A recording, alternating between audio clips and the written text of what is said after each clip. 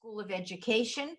And in addition, I've been the field associate for the CTE Technical Assistance Center of New York State. Today, not only will we be talking about how we got where we are and our passion, but more importantly, how do you find what you need to be doing? How do you find that thing that's going to make you happy in all the years that you work? Because what we know is that you will be probably working for about 35 to 40 years. That seems like a ridiculously long time right now. I have to tell you, it goes in a flash, but you better love what you do, because 40 years of hating every day is debilitating. You don't want that in your life. So, Tara, you want to give your introduction? Surely. So as the co-founder of Today's Girl, Tomorrow's Woman, I wear multiple hats. So I am the Senior Managing Director for Network Expansion with an organization called NAF, which was formerly known as the National Academy Foundation. I 100% agree with Marsha in terms of it's a long working career, and there's nothing better than to be able to have this be your passion profession. And so hopefully in our conversation today, we'll talk a little bit about our journey to where we are today, as well as to talk about how some of the questions and things that you can do to help discover what is your passion profession. We would love the opportunity, since we have a contingency of folks on the call, to invite you to come off mic, to share your name, to share the name of your company and or organization, as well as tell us about your dream profession. Let's keep it to about 1 to 2 minutes in terms of sharing. And then also too, we'll do a pass the mic. So hopefully you can see the screen as well. And I will start passing the mic by sending it over to Ashley. Hello, everyone. My name is Ashley Zanell. I am a 9th and 10th grade global history teacher at the Institute for Health Professions in Cambria Heights, Queens. And I also lead the Today's Girl, Tomorrow's Woman club here at the school. It's my 5th year, I believe, leading the club. And we have a lot of new members this year, and it's been really exciting. So I look forward to getting to know a lot of these students who I've never physically met before, and can't wait to actually finally meet them one day. But so far it's been great. I am currently in my dream profession, although it has been quite an exhausting year as a teacher, but it's definitely, been a very rewarding job, to say the least. But I do have a dream of one day owning like a coffee shop, bakery type place, because I always worked in a bakery from the time I was like 13 years old until I was like coming home sometimes during the summer in college. And so I would love to own one of those myself one day. That's really cool. Does anybody else want to chat and share their name, where they're from, and what they think their dream job is at the moment? Sure, I'll jump in. Okay. Hi, everyone. My name is Imani Robertson. I am currently a 2nd-year law school student at Howard University School of Law. And I also happen to serve as the director of TGTW clubs. My dream profession is to be an attorney, but also to use that platform to access other people's lives and to give whatever I can give. So that's it from here for me.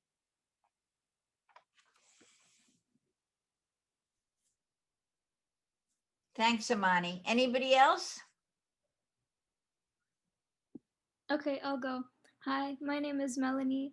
I'm in 9th grade currently, and at the moment, I want to be a pediatrician. That's my career choice. I hope you're ready for the long haul in school. I I once had a 7th grader tell me they wanted to be a doctor, and I said, "Oh, really? That's amazing. Great. Where do you want to go to college?" And he said, "Oh, I'm not going to college." So a little bit of reality therapy there. Anybody else? Go. Okay, Elia. I would like to go. Oh, Christian, go ahead. Hi, my name is Christian Murray, and I want to be a cardiac surgeon, and I'm in the 10th grade. 2 future doctors. Great. Excellent. Can I ask Christian, why do you want to be a doctor? What motivated you? What made you think about that? As a kid, I always wanted to help people. It's in my blood, so I feel fulfilled when I help people. It makes me feel good, and it makes the people happy, so I like doing it. Good. Okay, so what we're going to be, does anybody else have a burning desire to share? Otherwise, we're going to be talking about going from here is where it is that you find that thing that Christian just spoke about from the time you were little, how long, or what you wanted to do.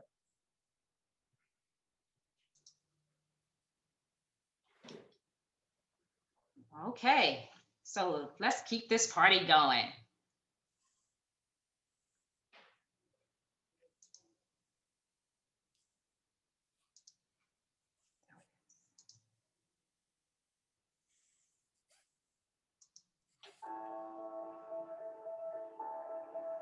What do you want to be when you grow up? So often the answer is, I don't know. There are so many choices to be made, but many young people don't even know about their options. It can be stressful and overwhelming. But work-based learning is revolutionizing the way students discover their passions and become future ready. And it's helping companies build a highly skilled and diverse talent pipeline. By connecting the high school experience to the world of work, students discover career opportunities they never knew existed.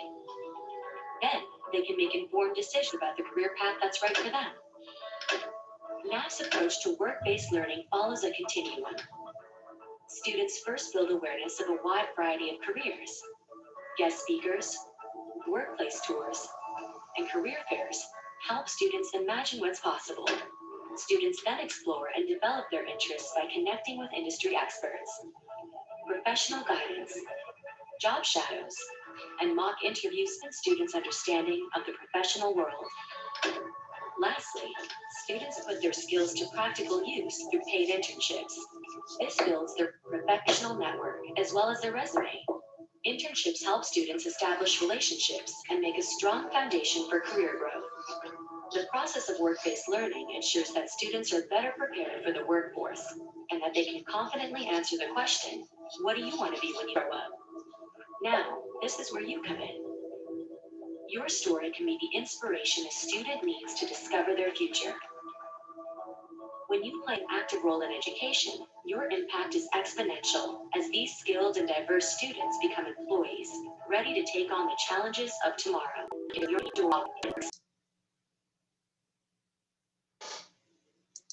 Volunteer.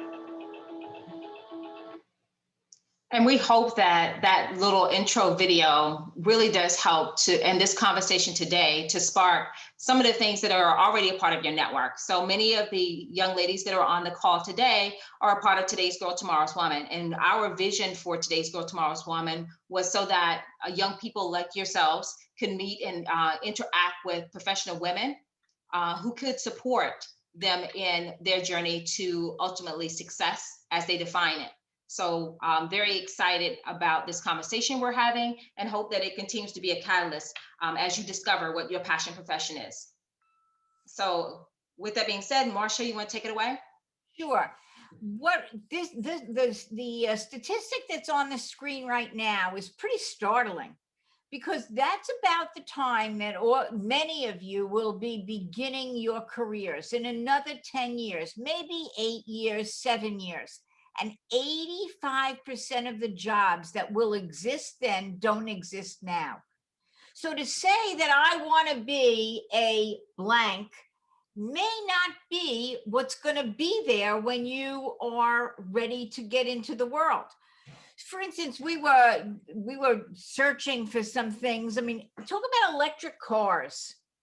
If 10 years ago you were thinking about a career, would anybody ever think that they would be in the electric car business?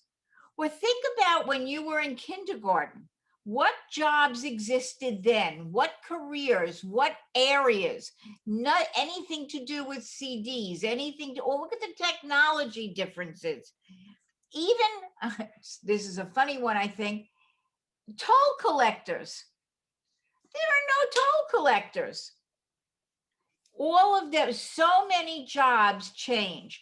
So when you think about what job you want to do, you really need to think about what it is that you like to do, and where is that going to morph? Where is that going to be? Because it may not be the job that you want.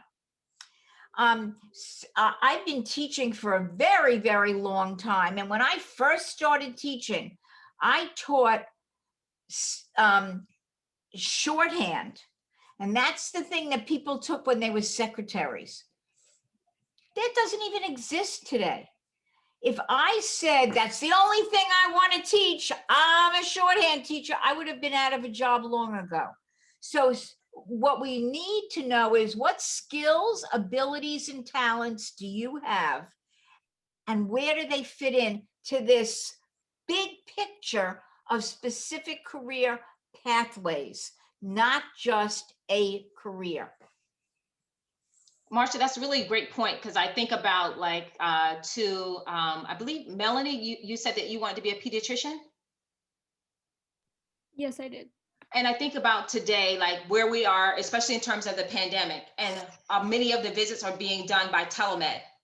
And I can think about like when I was going to college and deciding about what I wanted to do, and I wanted to do health administration at the time. So my undergraduate degree is actually in health administration.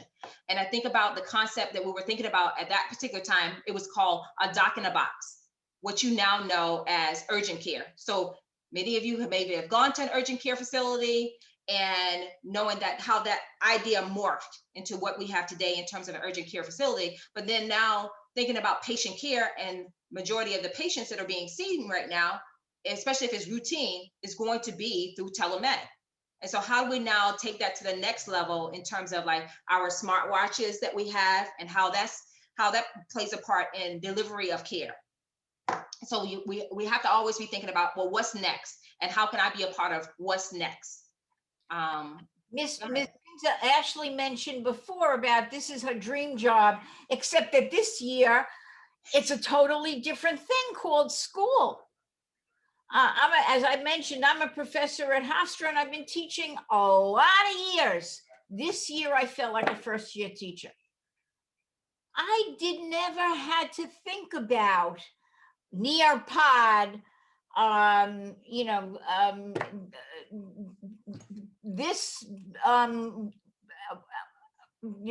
breakout rooms, Zoom, all of that stuff is totally new. I used to stand up and tell them what to do and give them all of this information, and that all has changed on a dime.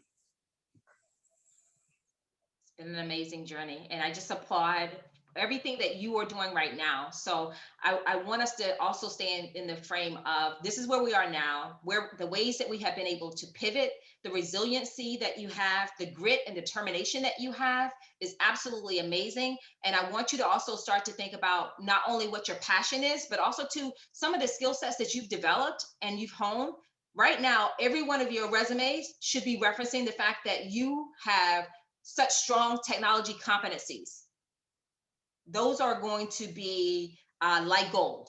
And being able to communicate and be able to share that is going to be a game changer for your future profession. And how you even apply to schools is going to change because of this process.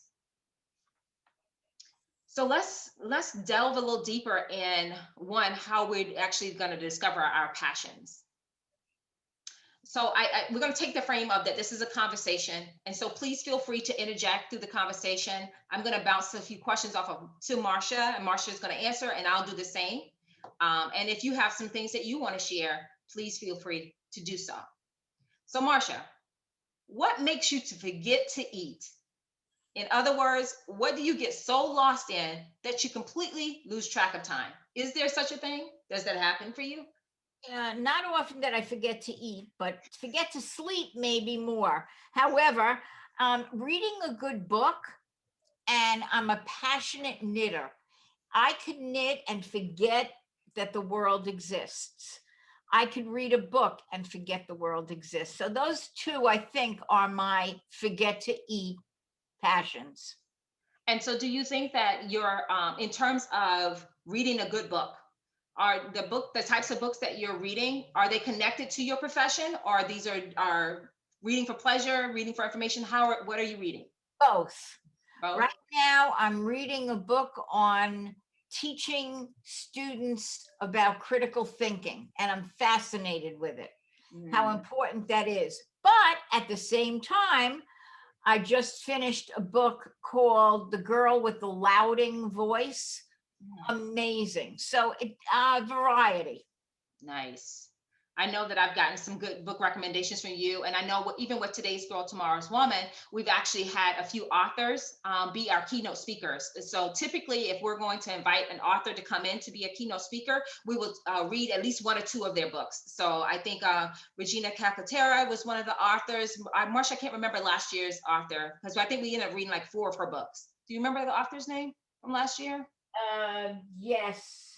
I'll get back to you. I just read it. She read several books about teenage girls. Yes. Yeah. And the setting actually was in Queens. Many of her books, the settings were either in Queens or New Jersey, because she had experience growing up in like Richmond Hill, Queens. Yeah. Was where she grew up. So being able to go ahead. How about you, Tara? What makes you forget to eat? Oh my goodness. So I can say that my passion and my profession have definitely met. And now as I am the senior managing director for network expansion for an educational nonprofit, I have the pleasure of being able to, one, connect with educators. So I am in a role where that I can be a coach and an advocate for educators across the country. So oftentimes I'll get very caught up in funding opportunities and or writing contracts. And so I'll get deep into that, and I'll forget to eat. And that happens on a regular basis. I'm so excited because I literally just got off the phone a few minutes ago with Cantor Fitzgerald. So that's a large financial company. And they actually called me to say, hey, we have all of this money that we want to give away, and we need a school. And the funny thing about it is my expertise is not in elementary, but they want to give it away to an elementary school. So every family in this elementary school will receive a financial contribution from Cantor Fitzgerald in the coming weeks. So helping them to figure out what school that is. So I am blessed and honored to be in a position that I can now give back to my community. So Tara, the name of that author was Marina Budos, Budhos. Marina Budos. Yes. Amazing author. If you haven't read anything by her, you should definitely check it out. But I'll put in the chat room how to spell her name. Go on to the second question. Ooh. Surely. I think I went 2. There you go. What can you talk about for hours? And when you do, you just light up. Wait a minute, let me just, sorry. Well, this is going to be a common theme with me, my grandchildren. You just ask me about them and I will tell you, maybe an hour or 2 later, you'll be still talking about them. But also education. I can talk about my grandchildren from today till tomorrow and anything to do with education. I just fascinated by how it works, how we can do better, how kids learn, and how as teachers we need to reach them. Well, I can listen to you forever talking about your 2 beautiful grandchildren, Vetter and Scotland Rose. They're absolutely adorable. I would also add to that, from my vantage point, what I can talk about for hours and never get tired about is being able to connect with young women like you that are on the call.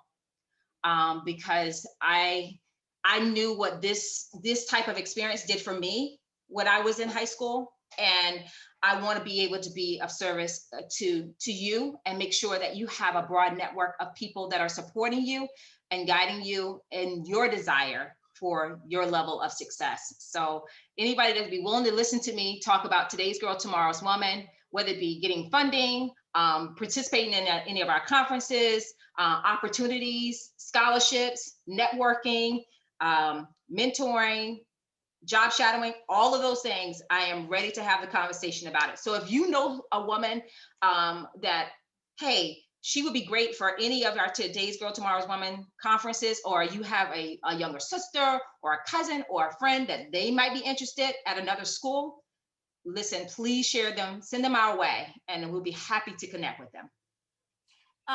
It's important to note that these questions that we are asking are things that you could ask yourself, and then indicates where you should be starting to think about that passion profession that we were speaking about before. The third question is, what did you love to do as a child? Well, I love to play school and play restaurant. My father was in the restaurant business, so I guess that's where I got the menus and all of the things to play. But if my mother came into my room, I would say, please don't step on my children. I would take attendance. I would have desks. I would scold kids for not being paying attention. I would stand up there and give lessons. I think from the time I can remember, playing school was the thing that I absolutely loved. I can totally see you as a little girl doing that. I think for me, like, what did I love to do as a child? I remember fondly back growing up, and I used to carry around this little purse, and it was a hand sewn purse. So my mother made this purse for me, and she was a seamstress. And in that purse, there was only one thing that was inside of that purse. And that was a laminated library card. And for me, that was everything. I loved to read, and that opened up a whole new world for me. But when I was at home and I was playing, I had much older aunties. And so my much older aunties actually allowed me to be the boss. So I always knew I wanted to be a big time executive of a company. And so I remember, like, I would have them working for me, and I would have papers shuffling around on the desk. And I remember paying them in candy. And I would take my little pocket calculator and I would tabulate their wages. Like, you earned 7 pieces of candy. I am taking 2 pieces of candy away from you because you didn't do all of your work. And I remember just organizing them and doing that. And lo and behold, I became a business teacher and a mathematics teacher. All because I had those inklings as a child. And one of the things, and as I just shared with you a few minutes ago, one of the things that I love doing about my current job is working on contracts and getting funding for our nonprofit, Today's Girl, Tomorrow's Woman. So those are some fond childhood memories for me.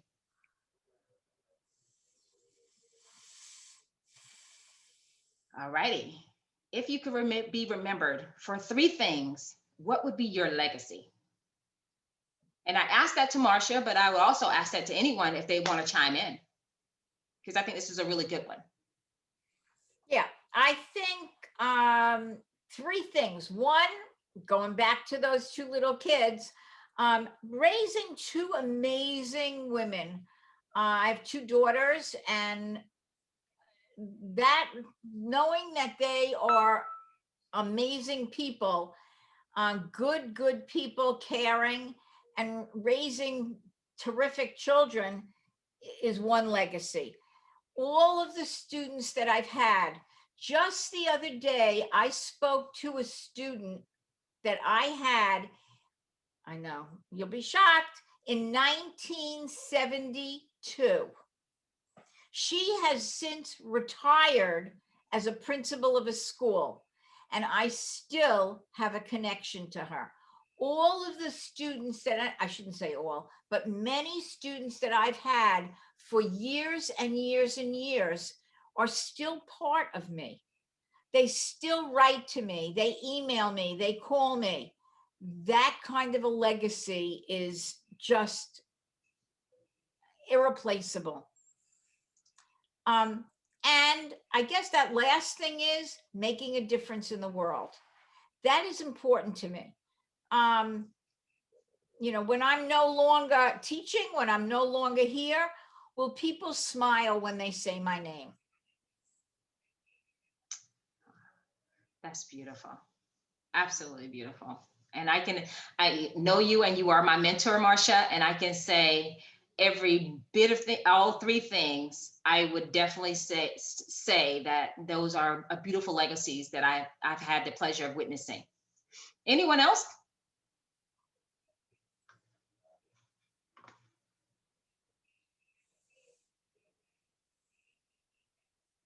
Well, I'll give it a go then. I think that the three things that I would like to be remembered for are for the children in which I have grown in my tummy, and those that have grown in my heart. So I have three beautiful stepchildren.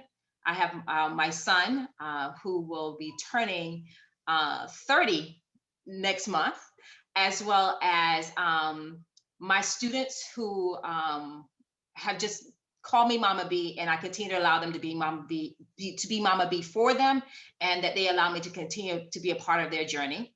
So that would be one. The second would be all of the students and the people that I have connected with throughout my career and being of service to them. And third would be really who I am as a person, that I mattered, and that I showed up for the world and for my family. Those are three things that I would really want people to remember about me and to be a part of my legacy. Okay.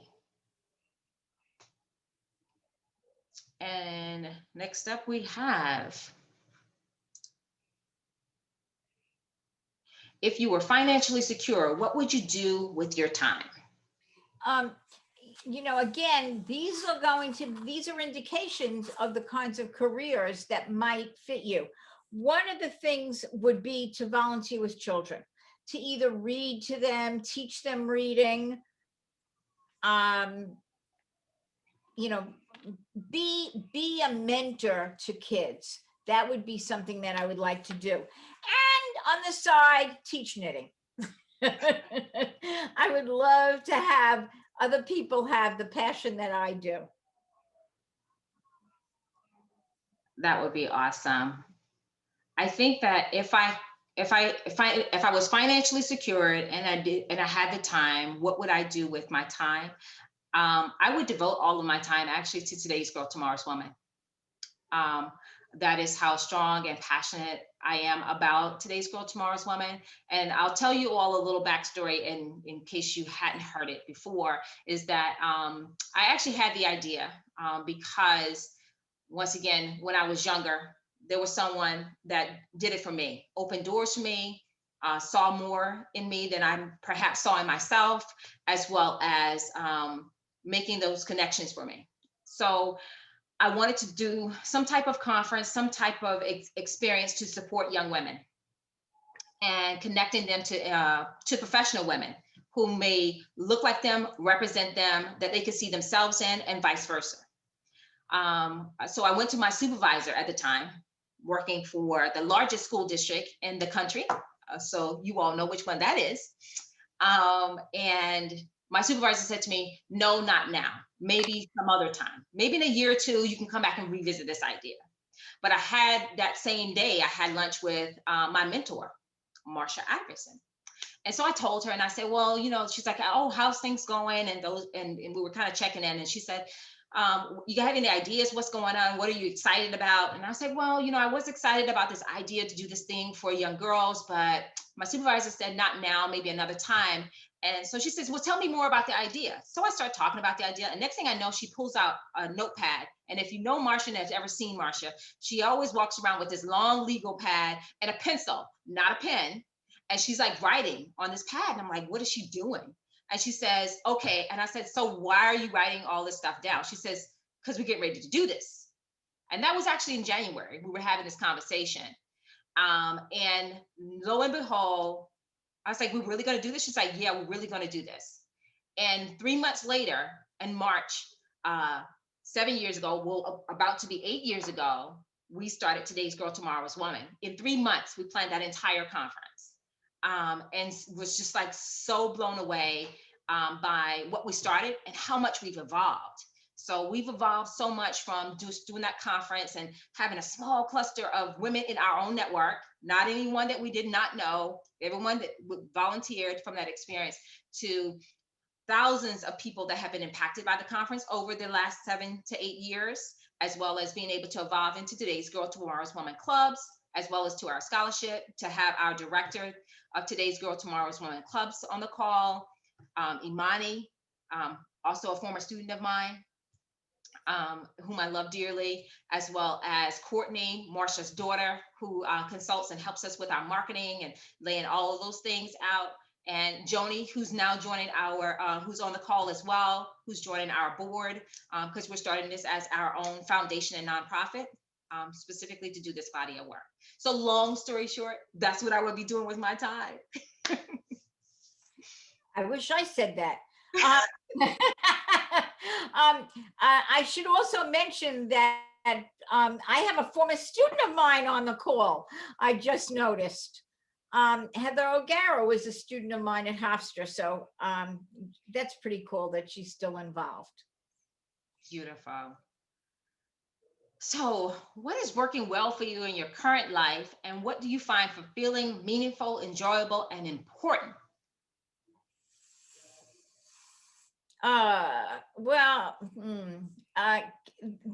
This time, these last couple of months, it has really been difficult for me to be positive. I'm trying to stay positive. I'm usually a very up and positive, glass half full person, but this has been pretty difficult, as I'm sure it has for many of you.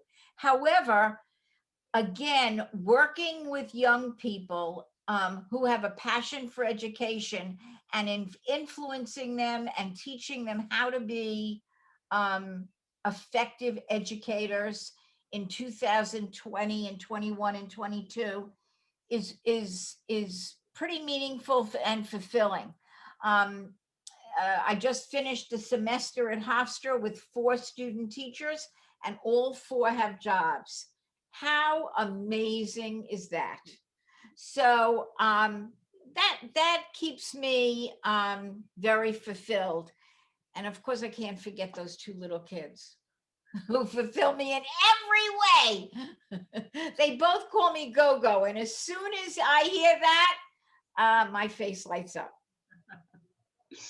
Oh, that is absolutely beautiful. I think for me, like when I see this question, I think about what brings me joy. And what really brings me joy is, one, being able to be connected to family. So my children, as well as, of course, my husband, and being able to find time to share those moments together. It is the holiday season, and one of the things that we've done we have a house here I'm actually calling you from West Palm Beach, Florida. So I have a house in West Palm Beach, Florida, and I also have a house in Cambria Heights. So Cambria Heights, of course, is near and dear to my heart.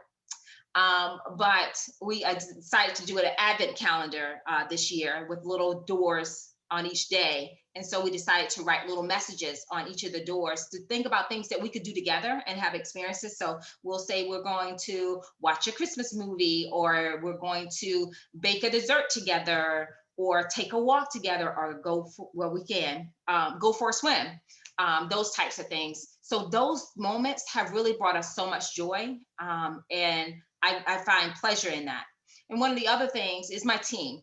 So I have a team of people that work across the country. So I have people that work in California. I have people that work in Dallas and down here in Florida, as well as New York, of course, and New Jersey. But I have a team that's spread out across the country. And one of the things that brings me joy is being able to be with them, to coach them and to support them and know how they're impacting schools all across the country. So that brings me great joy. And I take a lot of pride in being able to do that. So Marsha, you talked a little bit about the things that you're not happy with. So what isn't working for you? And don't hold back. Tell us the truth. Did I ever? The pandemic is really, really tough. Not being able to see friends, not being able to go to the theater, not being able to enjoy New York, not being able to a million things. That certainly isn't working for me.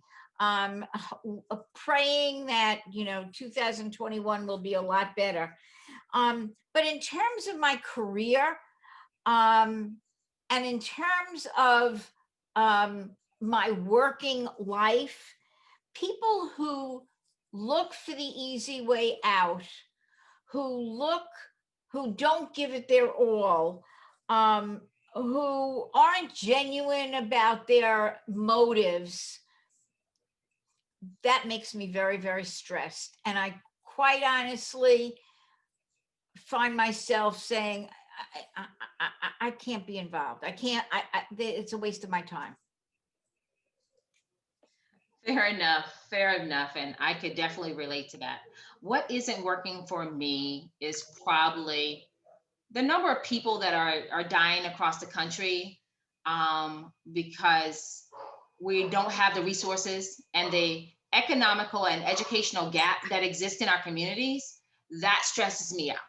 That stresses me out. It frustrates me, but I try to refocus on the things and ways in which I can make a difference and make sure that I can bring resources to where there is a gap and I acknowledge them.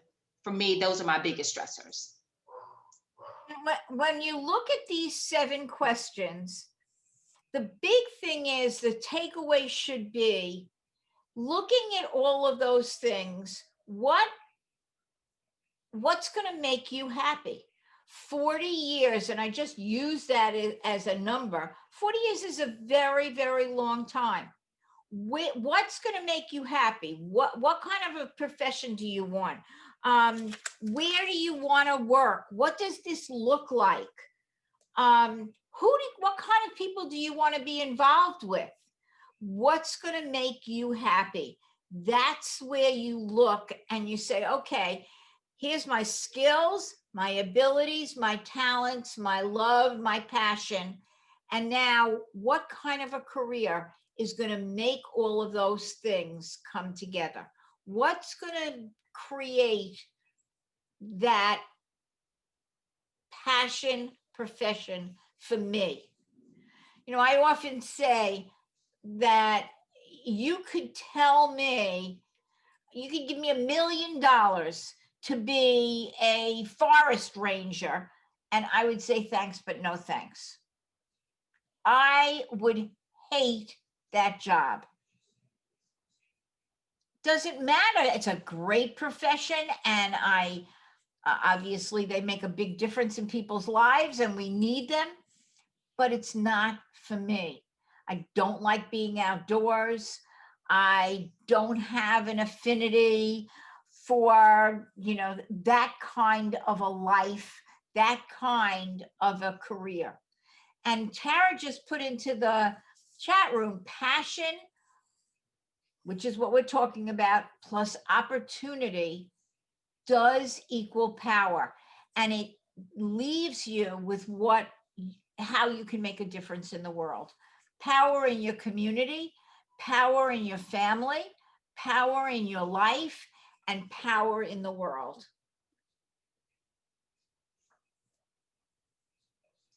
You know, it makes me smile just to be able to, I know that I hopefully you've enjoyed this conversation and this dialogue that we've been having, but I smile because I look at that, and the reason why I shared it is because I was like, how do I capture what we've been saying in so many different ways? And for me, it really is a POP, passion plus opportunity equals power in our community, power in our family, power in our neighborhoods. I mean, we can keep going with that, but just know that any opportunity we have to be able to resonate and to connect, and the sooner we are able to do that, because I talked to you about the fact that I started my undergraduate degree in with a bachelor's degree in health administration. Well, mind you, I changed my major like 5 times. It was supposed to be computer science because my dad said computers are the wave of the future and you need to be on it. And you know some math, so get in there and do that. I changed it from that, and then I went from computer science to computer programming to math, to finance to accounting. And long story short, I graduated that undergraduate degree, and when I got done, none of the health administrators, the hospital administrators, or the healthcare administrators, none of them looked like me. Most of them were white males. So I had no role models. I had no network to connect with because I was the first in my family to go to college and complete. So then I did a twist. There were twists and turns throughout my career. Then I realized that education is an option. So I went back to school and got a master's degree in secondary education with a concentration in business. And then I got a concentration in mathematics. Then I was like, oh, this is great. But then I moved in my career to the point of working for the largest school district in the country and working with all CTE schools and programs in New York City. And then to now being able to work across the nation with some of the same schools, but also to now working with superintendents and administrators. So there have been many pops in my career, and I am just so excited to be at this particular time. Let's move to some of the resources that might be available that could help you start to discover what your passion is. Marsha, you want to talk us through some of these passion resources? So Tara's going to put the link to this quiz. This quiz it's a very, very short quiz. And at the end, they will email you the results in terms of your passion, or what it appears to be your passion, and what careers will connect to that. And remember, we're talking about career pathways. So there are 13 different career clusters, like business and enterprise, or medicine, or human resources, human services. And each of those has a huge number of careers in it. So that's that Jessica DW quiz. Then there is a short book called Games to Careers.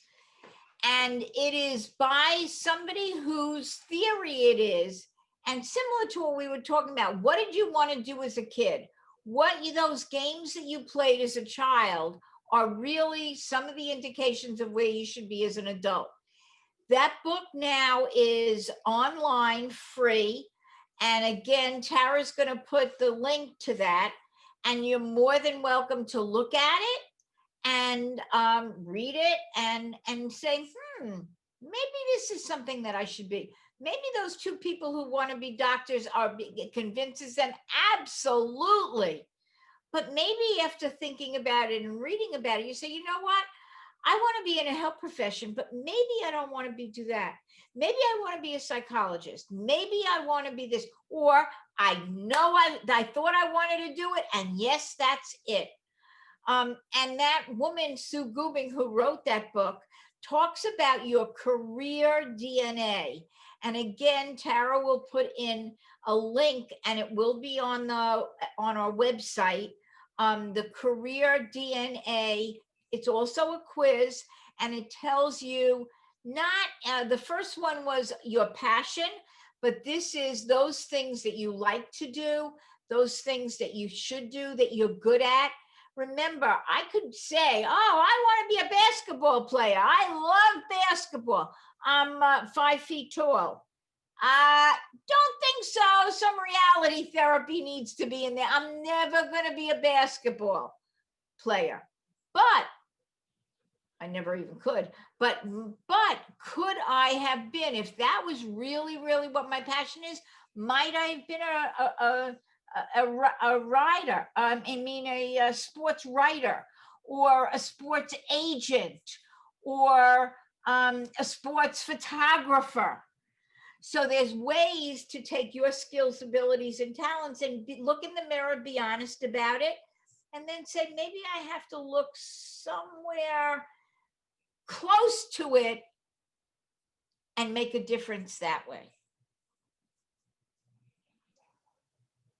Fair enough, Marsha. And I love the idea of the quiz. So I like Marsha said, I dropped the link for the quiz in the chat. So feel free to take it. I think there's also like a 30-day challenge in terms of discovering your purpose. So that might be a little fun for you. And then you can do that independently. Marsha also referenced the other two, Games to Careers and Career DNA. I won't be putting those into the chat because those are actual documents, but we will be adding these resources to our website. And so you'll be able to go on there and get the passion resources for those. So let's open it up for questions that you may have for Marsha or myself as we start to conclude our questions. I have a question. Julie. Can you please put the link back in the chat? Sorry, because I got kicked out. Okay. And when I came back, the chat was gone. Okay, gotcha. Will do. Thank you. You're welcome. I have a question. Hi. Hi.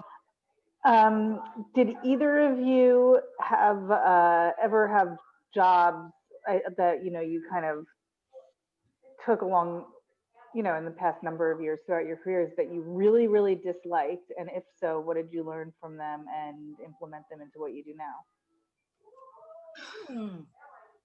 I was they talk about not existing today. Years ago, when you wanted to find out a number, you did not go on Google and say, what's the number of this? In fact, when I was in high school, computers weren't invented yet. I know you're shocked, but it's true. I was what they called an information operator in the telephone company. And you used to call 411 and say, what's the number of Tara Bellevue in Cambria Heights?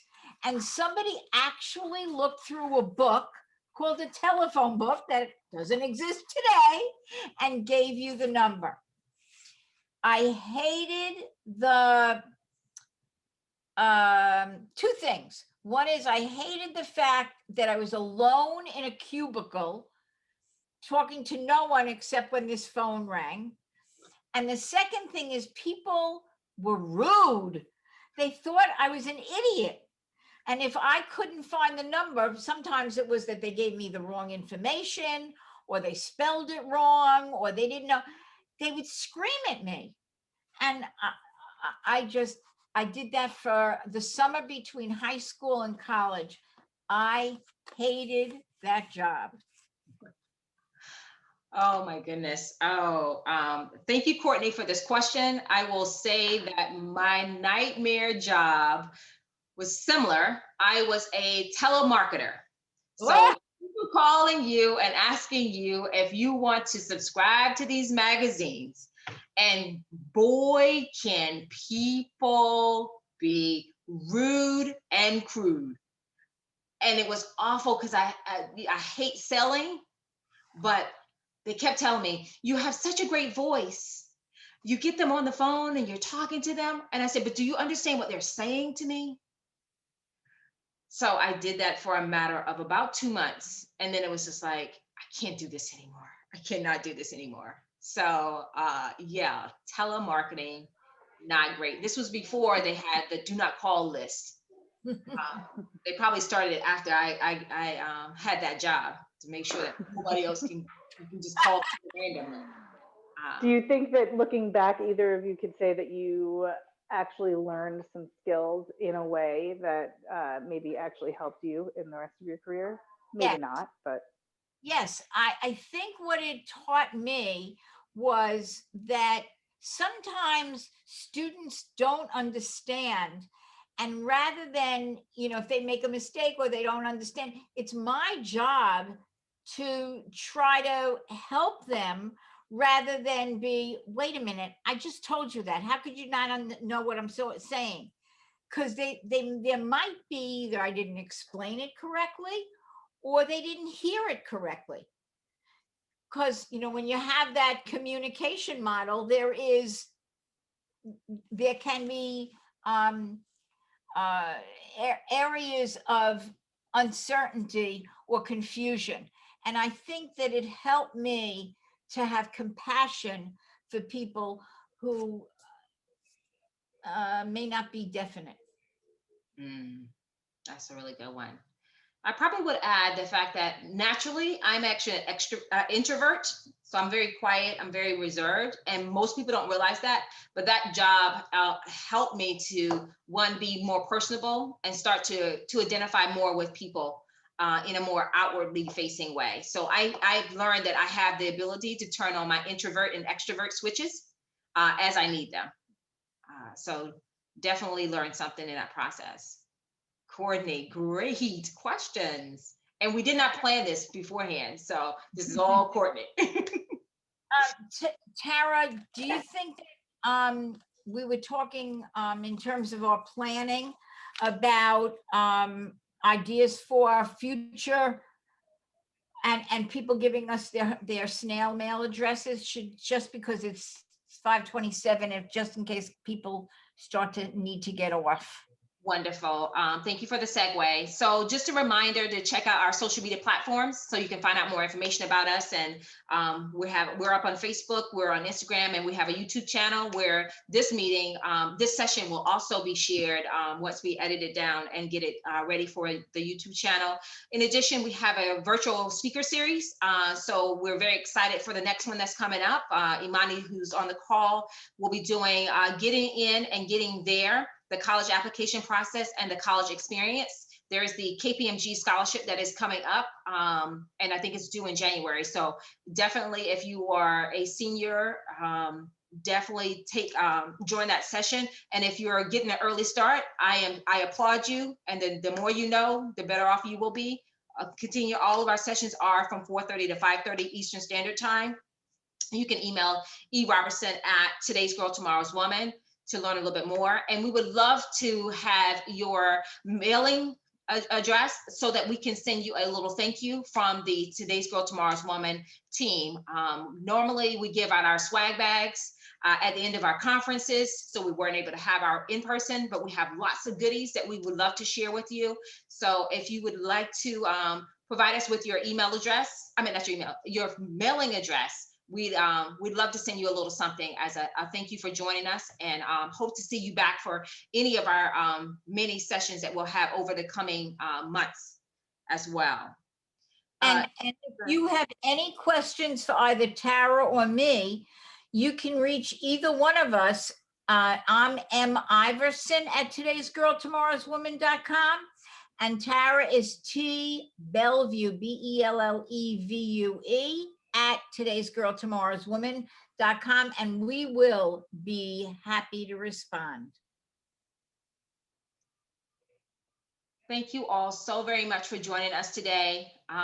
We look forward to connecting with you in a variety of different ways. Be well, be safe. Have a lovely afternoon. Cecilia, Eugenia, we need your mailing address if that's what you want us to do in terms of sending you the gifts. Everybody, we need what we call our snail mail address, because we're going to be mailing packages to everybody rather than emailing it. So I just wanted to mention that. And I wanted to thank you, and especially thank you, Imani. You are amazing. Pulling this together, conceiving of it, and organizing all of this, we really, really thank you. Today's girl, you are truly today's girl and tomorrow's woman. Thank you, everyone. We appreciate you. All Have a right. lovely afternoon. Thank you. Bye-bye. Enjoy. Have a good afternoon. Thank you. Thank you.